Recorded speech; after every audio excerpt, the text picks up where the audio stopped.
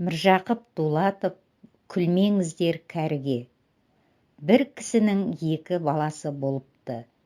Бір мезгілде көршілері оған айтады: сенің балаларың бір кемпірді мазақ қылды, балаларыңды тыйып қой деп.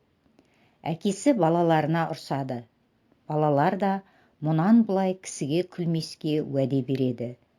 Біраз күн өткен соң балалар әкесіне берген уәдесін ұмытып, бір бейшара шалды тағы да келемеш қылыпты. Мұны әкесі естіп, балаларын шақырып алып айтады: балалар, мен енді мұнан артық өмір сүргім келмейді. Менің өлгім келеді.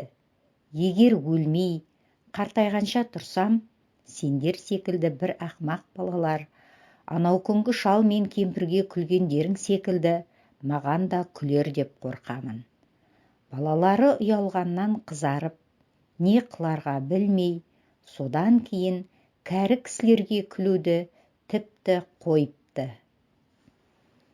Балалар, бұл әңгімеде үлкенді сыйлау, құрметтеу керек екендігі айтылады.